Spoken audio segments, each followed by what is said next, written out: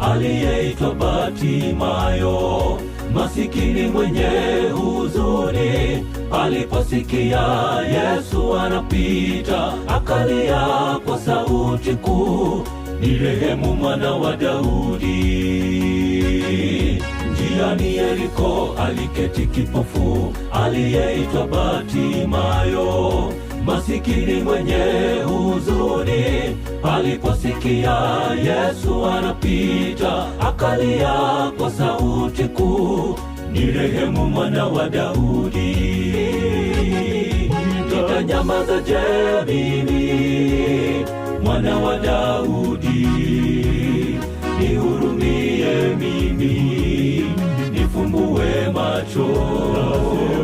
Mguso wa neema, neema juu yangu. Yesu amenigusa, nipate ona tena. Nitanyamaza je mimi, Mwana wa Daudi? Nihurumie mimi, nifumbue macho.